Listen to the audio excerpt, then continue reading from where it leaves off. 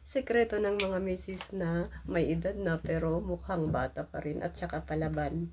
Ito, Coffee Stand Evening Primrose Oil. Ganito siya. Papakita ko kung anong itsura ng Coffee Stand Evening Primrose Oil. Ganon. Ayan.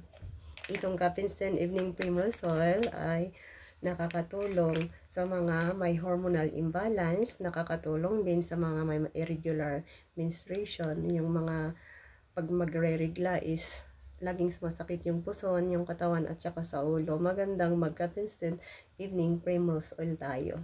Sa mga may problema din sa balat, ayun, nakakatulong itong Coffee Stand Evening Primrose Oil sa mga laging sumasakit ang ulo or katawan is mag-Coffee Stand Evening Primrose Oil tayo. Ayun. Tapos, sa mga tulad ko na nasa menopausal stage or yung mga nag-menopause na is makakatulong para hindi tayo mag-dry, para hindi maiwasan yung pagkakaroon natin ng mga hot flashes, tapos yung mga pagiging irritated natin kasi nasa menopausal stage na nga tayo.